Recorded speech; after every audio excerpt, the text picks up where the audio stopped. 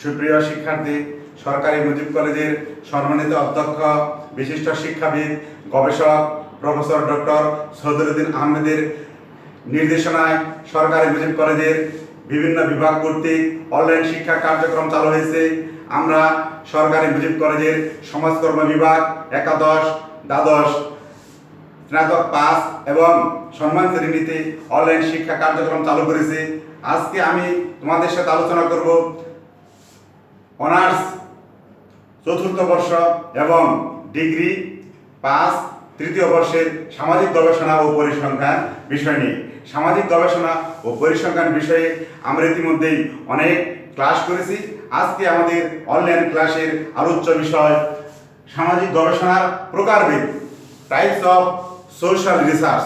সামাজিক গবেষণার প্রকারভেদ নিয়ে আজকে আমি তোমাদের সাথে আলোচনা করব আজকের এই অনলাইন ক্লাসে।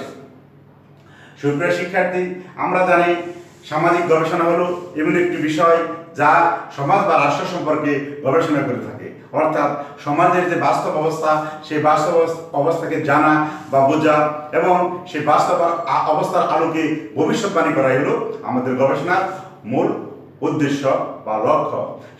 সামাজিক বিজ্ঞানীরা সমাজ গবেষণার ক্ষেত্রে সমাজ সম্পর্কে সত্য উদ্ঘাটন করে এবং তা মানুষের কল্যাণে প্রচার করে থাকে। তাই সামাজিক বিজ্ঞানী হিসাবে, সমাজ গবেষক হিসাবে অবশ্যই আমাদের গবেষণার ক্ষেত্রে সত্য উদ্ঘাটন করতে হবে এবং মানব কল্যাণে তা প্রয়োগ করতে হবে বা প্রচার করতে হবে, যাতে অধিকাংশ মানুষ এই গবেষণা কাজের মাধ্যমে তারা উপকৃত হয়। তাই সামাজিক গবেষণা বিভিন্ন পদ্ধতি বা প্রকারভেদ রয়ে গেছে, সেগুলো সামাজিক বিজ্ঞানের বা সমাজ গবেষক হিসাবে আমাদের অবশ্যই জানতে হবে। সামাজিক বিজ্ঞানের ছাত্রছাত্রী হিসাবে অবশ্যই সামাজিক বিজ্ঞানের যে সমস্ত গবেষণা রয়ে গেছে, সমাজ গবেষণার যে সমস্ত পদ্ধতি রয়ে গেছে, সেগুলো সম্পর্কে আমাদের জানা বা বোঝার প্রয়োজন রয়েছে। তাই আজকে আমি তোমাদের এই অনলাইন ক্লাসে আলোচনা করব সামাজিক গবেষণার প্রকারভেদ, অর্থাৎ সোশ্যাল সায়েন্টিস্ট যারা আছে, সোশ্যাল সায়েন্সের যারা স্টুডেন্ট আছে, তারা সমাজ গবেষণার ক্ষেত্রে কি কি পদ্ধতি প্রয়োগ করে থাকে, সেই গবেষণা পদ্ধতির প্রকারভেদ নিয়ে আজকে আমি তোমাদেরকে এই অনলাইন ক্লাসে আলোচনা করব। সুপ্রিয় শিক্ষার্থী, আমরা প্রথমে আলোচনা করব মৌলিক গবেষণা, অর্থাৎ সামাজিক গবেষণায় একটি পদ্ধতি হলো মৌলিক গবেষণা। মৌলিক গবেষণাটা কি? এটাকে আমরা বেসিক রিসার্চ বলে থাকি। বেসিক রিসার্চ বা মৌলিক গবেষণাটা কি? বেসিক রিসার্চ বা মৌলিক গবেষণা হলো শুধু সমাজ বা রাষ্ট্র সম্পর্কে আমরা জানা বা বোঝার জন্য যে গবেষণা করে থাকি, তাকে আমরা মৌলিক গবেষণা করে থাকি। মৌলিক গবেষণা ন্যাচারাল সায়েন্সে ব্যবহৃত হয় এবং সোশ্যাল সায়েন্স বা সোশ্যাল রিসার্চে ব্যবহৃত হয়। অর্থাৎ মৌলিক গবেষণা হলো এই পৃথিবীর মানব সমাজ এবং প্রকৃতি সম্পর্কে মৌলিক কিছু তথ্য সম্পর্কে জানা বা বোঝা, এটাকে আমরা মৌলিক গবেষণা বা বেসিক রিসার্চ বলে থাকি। অর্থাৎ মানুষের প্রকৃতি, সমাজের প্রকৃতি, মানুষের নেচার বা বিহেভিয়ার ফাংশন সম্পর্কে এবং নেচারের যে ফাংশন রয়ে গেছে, অর্থাৎ প্রকৃতির যে কার্যক্রম রয়েছে, প্রকৃতির যে লীলা খেলা রয়ে গেছে, এই সম্পর্কে আমরা, অর্থাৎ প্রকৃতি এবং মানুষ সম্পর্কে আমরা যে মৌলিক জ্ঞান অর্জন করে থাকি, এটাকে আমরা বেসিক রিসার্চ বলে থাকি। অর্থাৎ মানুষের সম্পর্কে, মানব সম্পদ সম্পর্কে, রাষ্ট্র সম্পর্কে, বিশ্ব মানব সমাজ সম্পর্কে, বিশ্ব রাষ্ট্র ব্যবস্থা সম্পর্কে আমরা যে মৌলিক জ্ঞান অর্জন করে থাকি, বেসিক রিসার্চ আমাদেরকে সেই মৌলিক জ্ঞান অর্জনে সহায়তা করে। এবং এই মহাবিশ্বের প্রকৃতিতে প্রাকৃতিক বিজ্ঞানীরাও বিশ্ব সম্পর্কে বা প্রকৃতি সম্পর্কে যে মৌলিক গবেষণা করে থাকে, সেটাকে আমরা মৌলিক গবেষণা বলে থাকি। অর্থাৎ মৌলিক গবেষণার কাজ হলো পৃথিবীর মানব সমাজ এবং প্রকৃতি সম্পর্কে মৌলিক তথ্য প্রদান করা, সত্য তথ্য প্রদান করা, যাতে এই পৃথিবীর মানুষ এবং প্রকৃতি সম্পর্কে আমরা মৌলিক কিছু তথ্য বা জ্ঞান অর্জন করতে পারি। ইহাকে আমরা মৌলিক গবেষণা বা বেসিক রিসার্চ বলে থাকি। দ্বিতীয়ত ফলিত গবেষণা, অ্যাপ্লাইড রিসার্চ। অর্থাৎ মৌলিক গবেষণায় শুধু আমরা জানার জন্য জানি, বোঝার জন্য বুঝি, গবেষণার জন্য গবেষণা করে থাকি মৌলিক কিছু তথ্য সম্পর্কে। কিন্তু এখানে আমরা আলোচনা করব ফলিত গবেষণা। ফলিত গবেষণা হলো, এটা ইংরেজি হলো অ্যাপ্লাইড রিসার্চ। অর্থাৎ আমরা এই অ্যাপ্লাইড রিসার্চ বা ফলিত গবেষণার মাধ্যমে আমরা মানুষের যে প্রয়োজন, মানুষের যে চাহিদা, মানুষের যে সমস্যা এবং মানুষের জীবন ঘনিষ্ঠ যে বিষয়গুলো রয়েছে সেই সম্পর্কে জানতে বা বুঝতে পারি। অর্থাৎ ফলিত গবেষণা হলো ইহা প্রায়োগিক গবেষণা, অর্থাৎ প্রকৃতি এবং মানুষ সম্পর্কে আমরা ইহা প্রয়োগ করব। তাই ফলিত গবেষণা পরীক্ষা নিরীক্ষার মাধ্যমে প্রাপ্ত তথ্যকে যাচাই বাছাই করে। অর্থাৎ ফলিত গবেষণা হলো ইহা মানুষের বাস্তব জীবনে কাজে আসে এবং মানুষের বাস্তব জীবনে যে সমস্যা সেই সকল সমস্যাকে অনুসন্ধান করা এবং সেই সকল সমাধানের জন্য যে পথ দেখিয়ে দেয় তাকে আমরা ফলিত গবেষণা বা অ্যাপ্লাইড গবেষণা বলে থাকি। প্রাকৃতিক বিজ্ঞানে অথবা ন্যাচারাল সায়েন্স, সোশ্যাল সায়েন্স অথবা সামাজিক বিজ্ঞানে এই ফলিত গবেষণা ব্যবহার করা হয়। অর্থাৎ মৌলিক গবেষণার পাশাপাশি বিজ্ঞানীরা ফলিত গবেষণাও করে থাকে। তাই গবেষণার একটি প্রকারভেদ হলো ফলিত গবেষণা। আমরা প্রথমত আলোচনা করেছি গবেষণার প্রকারভেদ হলো মৌলিক গবেষণা। দ্বিতীয়ত গবেষণার আরেকটি প্রকারভেদ হলো ফলিত গবেষণা বা অ্যাপ্লাইড রিসার্চ। তৃতীয়ত সামাজিক গবেষণার প্রকারভেদ হলো কার্যক্রম গবেষণা, অর্থাৎ অ্যাকশন রিসার্চ। সামাজিক গবেষণার প্রকারভেদের মধ্যে রয়েছে অ্যাকশন রিসার্চ বা কার্যক্রম গবেষণা। অর্থাৎ আমরা যখন কোনো একটি প্রকল্প বা প্রজেক্ট নিতে চাই, সেই প্রজেক্ট বা প্রকল্প গ্রহণ করার সময় আমাদেরকে একটি পরীক্ষামূলকভাবে গবেষণা করতে হয় সেই প্রকল্প প্রণয়ন এবং বাস্তবায়নের জন্য। তাকে আমরা অ্যাকশন রিসার্চ বা কার্যক্রম গবেষণা বলে থাকি। তাই সামাজিক গবেষণার প্রকারভেদ হলো কার্যক্রম গবেষণা বা অ্যাকশন রিসার্চ। অর্থাৎ এই রিসার্চটা আমাদের সমাজ গবেষণার ক্ষেত্রে ব্যবহার হয়। ইহা একটি গবেষণার প্রকারভেদ। এই প্রকারভেদের মূল লক্ষ্য উদ্দেশ্য হলো আমরা যে মানুষের কল্যাণের জন্য, মানুষের উন্নয়নের জন্য, মানসিক আর্থসামাজিক অবস্থার ইতিবাচক পরিবর্তনের জন্য যে প্রজেক্ট বা প্রকল্প গ্রহণ করব ন্যাশনাল বা লোকাল লেভেলে, সেগুলোর সম্ভাব্যতা যাচাইয়ের জন্য এই অ্যাকশন রিসার্চ বা কার্যক্রম গবেষণা পরিচালিত হয়। গবেষণার আরেকটি প্রকারভেদ হলো মূল্যায়ন গবেষণা। অর্থাৎ ন্যাশনাল বা লোকাল লেভেলে সরকার বা বেসরকারি পর্যায়ে যে সকল প্রজেক্ট বা প্রকল্প গ্রহণ করা হয়েছে সেই প্রজেক্ট বা প্রকল্পগুলো কতটুকু সার্থকভাবে বাস্তবায়ন হয়েছে, কতটুকু মানুষ উপকৃত হয়েছে, কতটুকু মানুষ সুবিধা ভোগ করেছে এবং এর কতটুকু লক্ষ্য অর্জিত হয়েছে, এই সম্পর্কে জানা বা বোঝার জন্য আমাদেরকে মূল্যায়ন গবেষণা করতে হয়। অর্থাৎ আমরা প্রতি বছর যে সকল প্রকল্প গ্রহণ করে থাকি সেই প্রকল্পগুলো কতটুকু বাস্তবায়ন হলো, কতটুকু বাস্তবায়ন হলো না, কেন বাস্তবায়ন হলো না, এর ব্যর্থতা কি, এগুলো আমরা মূল্যায়ন গবেষণা বা ইভ্যালুয়েশন রিসার্চে পেয়ে থাকি। তাই সামাজিক গবেষণার আরেকটি প্রকারভেদ হলো মূল্যায়ন গবেষণা। অর্থাৎ মৌলিক গবেষণার পাশাপাশি যেরকম আমরা ফলিত গবেষণা পেয়েছি কার্যক্রম গবেষণা, তেমনি সামাজিক গবেষণা আরেকটি প্রকারভেদ হলো মূল্যায়ন গবেষণা।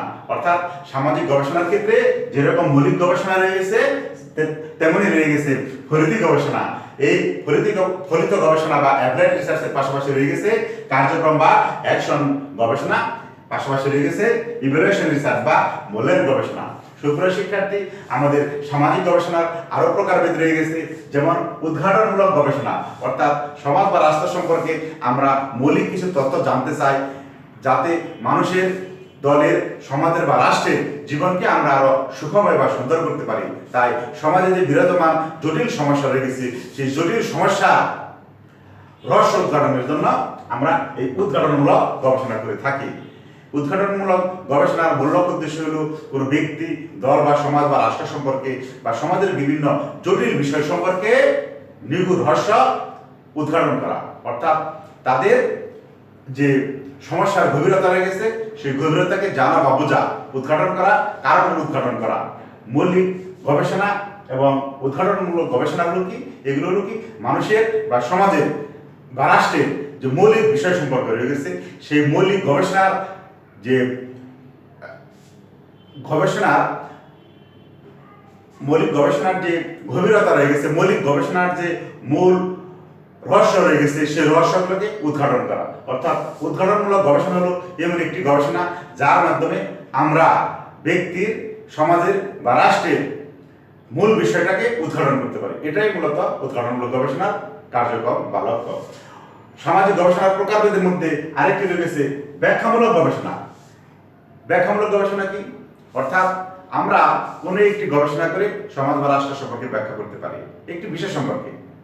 সমাজের যে কোনো একটি বিষয় সম্পর্কে, যেমন বেকারত্ব সম্পর্কে, যৌতুক সম্পর্কে, বাল্য বিবাহ সম্পর্কে, অথবা নিরক্ষরতা সম্পর্কে, দারিদ্র সম্পর্কে, সন্ত্রাস সম্পর্কে, কিশোরকতা সম্পর্কে আমরা জানতে বা বুঝতে চাই। এই সংক্রান্ত গবেষণা হলো ব্যাখ্যামূলক গবেষণা, অর্থাৎ রাষ্ট্রের বা সমাজের কোনো একটি বিষয় সম্পর্কে আমরা গবেষণা করে ব্যাখ্যা প্রদান করতে পারি, সেই ব্যাখ্যাকে আমরা ব্যাখ্যামূলক গবেষণা বলে থাকি, অর্থাৎ এক্সপ্লেনারি রিসার্চ বলা হয়, এক্সপ্লেনারি রিসার্চ। সামাজিক গবেষণা আরেকটি প্রকারভেদ হলো অংশগ্রহণমূলক বা পার্টিসিপেটরি রিসার্চ, অর্থাৎ যে গবেষণায় জনগণ অংশগ্রহণ করে সরাসরি তাকে আমরা পার্টিসিপেটরি রিসার্চ বলে থাকি, অর্থাৎ গবেষকের সাথে, গবেষণা দলের সাথে, গবেষণা কর্মীর সাথে অবশ্যই জনগণ সম্পৃক্ত থাকবে সরাসরি, এটাকে আমরা অংশগ্রহণমূলক বা পার্টিসিপেটরি রিসার্চ বলি। অর্থাৎ সামাজিক গবেষণার ক্ষেত্রে অংশগ্রহণমূলক বা পার্টিসিপেটরি রিসার্চ হলো অন্যতম একটি গবেষণা পদ্ধতি। সামাজিক গবেষণার প্রকারের মধ্যে রয়েছে অংশগ্রহণমূলক নন পার্টিসিপেটরি মেথড, অর্থাৎ এই গবেষণায় সরাসরি কোনো ব্যক্তি বা জনগণ সম্পৃক্ত থাকে না, এই সেকেন্ডারি সোর্সের মাধ্যমে মূলত তথ্যগুলো সংগ্রহ করা হয়, সেটাকে নন পার্টিসিপেটরি বা অংশগ্রহণমূলক গবেষণা বলা হয়। সামাজিক গবেষণার প্রকারের মধ্যে রয়েছে পরীক্ষামূলক গবেষণা। সামাজিক গবেষণার আরেকটি পদ্ধতি হলো পরীক্ষামূলক গবেষণা, অর্থাৎ আমরা সমাজ বা রাষ্ট্র সম্পর্কে যে সকল জটিল বিষয় রয়ে গেছে, যেমন সন্ত্রাস, বাল্যবিবাহ, নিরক্ষরতা, এই সম্পর্কে বিষয় যদি আমরা গভীর, সুগভীর, বস্তুনিষ্ঠ সত্য তথ্য সংগ্রহ করতে চাই, তাহলে আমাদের সেখানে এক্সপেরিমেন্ট করতে হয়।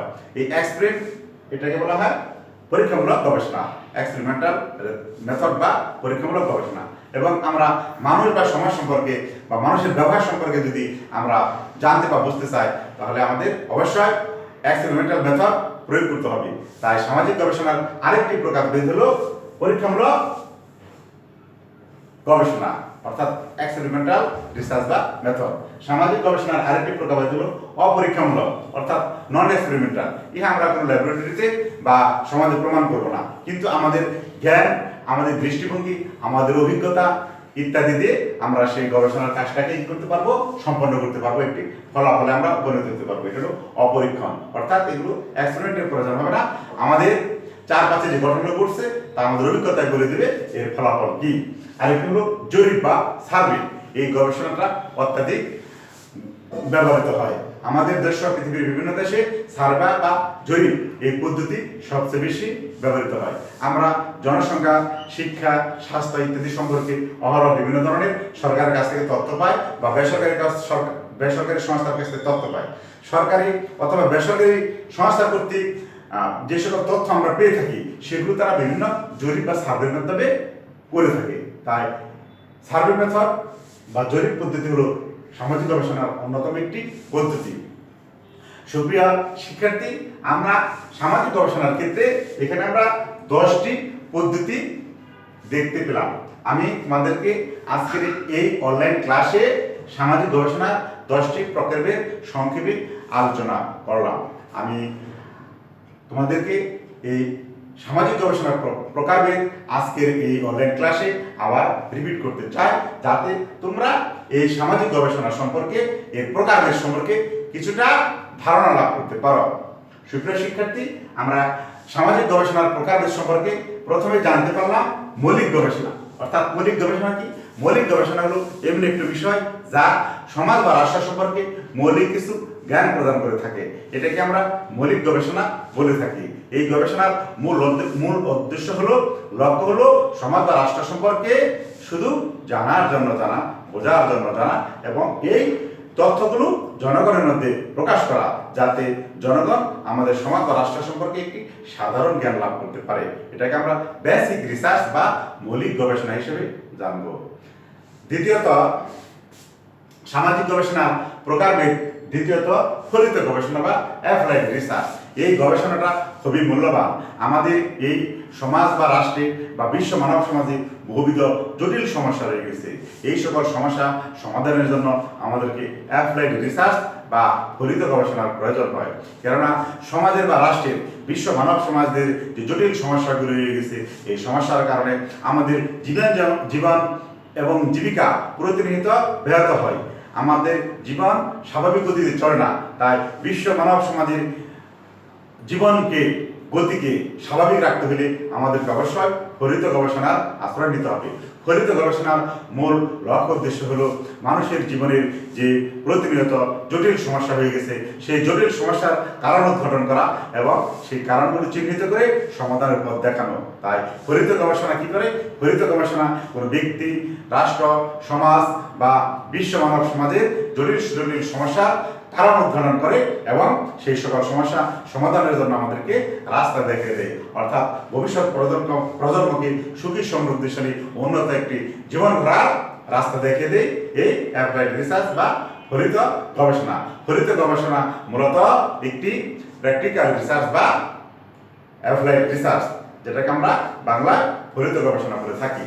গবেষণার প্রকারভেদের মধ্যে রয়ে গেছে কার্যক্রম গবেষণা, অর্থাৎ অ্যাকশন রিসার্চ। অ্যাকশন রিসার্চ বা কার্যক্রম গবেষণা হলো কোনো একটি প্রকল্প চালু আছে কোনো একটি রাষ্ট্রে, সরকারি বা বেসরকারি পর্যায়ে, সেই প্রকল্পের যে ত্রুটি বিচ্যুতি রয়ে গেছে সেই ত্রুটি বিচ্যুতি সংশোধনের জন্য আমরা অ্যাকশন রিসার্চ বা কার্যক্রম গবেষণা করে থাকি। অর্থাৎ 1 বছর বা 5 বছর বা 10 বছর মেয়াদী যে প্রকল্প রয়ে গেছে, হঠাৎ করে সেই প্রকল্পের মধ্যে কোনো ধরনের ভুল ত্রুটি লক্ষ্য করা যেতে পারে, সেই ভুল ত্রুটি সংশোধনের জন্য আমরা অ্যাকশন রিসার্চ বা কার্যক্রম গবেষণা করে থাকি।